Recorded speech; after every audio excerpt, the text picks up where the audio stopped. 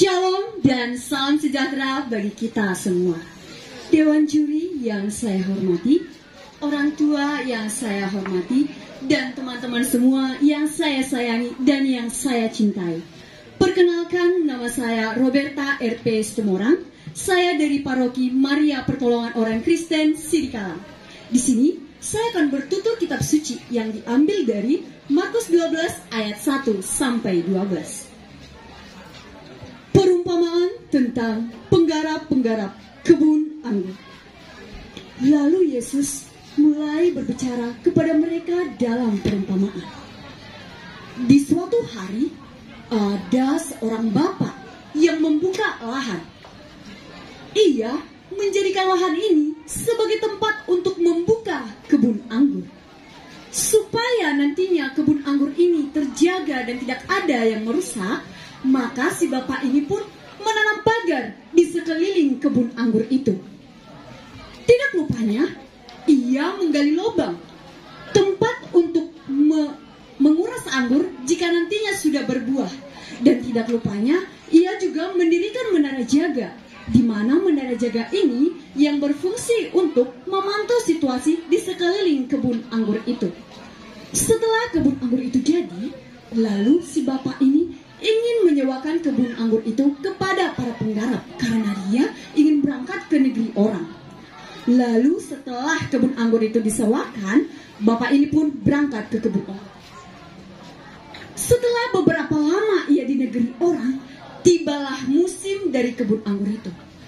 Dia berpikir bahwa kebun anggur ini sudah memiliki hasil karena sudah tiba untuk di musim. Lalu bapak ini menyuruh salah seorang hamba untuk pergi kepada penggarap-penggarap itu dan meminta sebagian hasil dari para penggarap itu. Lalu para penggarap ini pun berangkat hamba itu pun berangkat kepada penggarap-penggarap itu.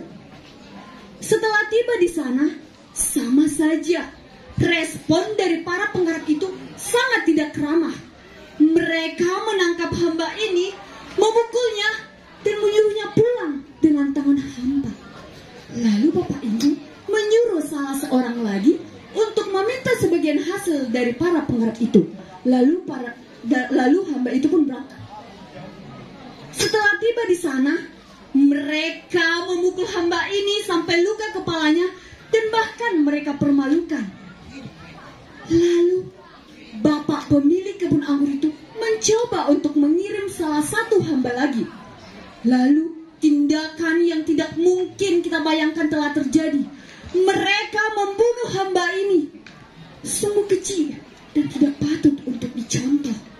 Lalu sangat banyak lagi hamba yang lain. Ada yang mereka tangkap, ada yang mereka bunuh, dan ada yang mereka pukul. Lalu tinggallah salah satu anak yang dikasihi oleh pemilik kebun anggur itu. Dia berpikir bahwa jika anakku yang kusuruh aku tugaskan untuk meminta sebagian hasil dari kebun itu, pasti para penggarap itu akan memberikan dan mereka pasti akan menyegani. Lalu bapak pemilik kebun anggur ini menyuruh anaknya untuk meminta sebagian hasil dari kebun itu. Oke, lalu anak ini pun berangkat. Dia berangkat. Setelah tiba di sana, salah seorang dari penggarap itu berkata kepada yang lain, katanya, "Lihat, dia itu adalah anak yang dikasihi oleh tuan pemilik kebun anggur ini. Jika dia masih hidup, maka otomatis seluruh harta warisan ini akan menjadi milik dia. Lalu, ayo kita bunuh dia, maka seluruh warisan ini akan menjadi milik kita." Lalu mereka menangkap anak ini. Mereka memukulnya dan membunuhnya, lalu melemparkannya keluar dari kebun anggur itu. Lalu apakah yang akan dilakukan oleh tuan pemilik kebun anggur itu? Dia sudah kecewa. Dia sudah marah terhadap penggarap-penggarap itu.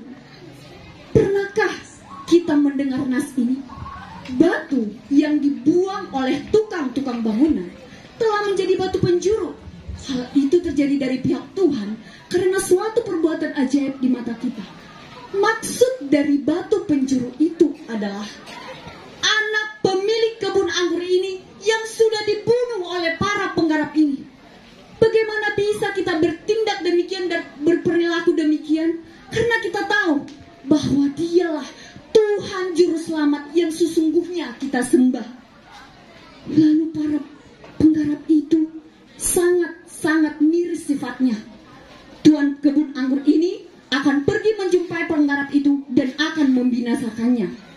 Lalu setelah itu mereka ingin menangkap Yesus karena mereka tahu bahwa Yesuslah yang dimaksudkannya dalam perumpamaan itu. Tetapi mereka takut, lalu membiarkan Yesus pergi lebih jauh.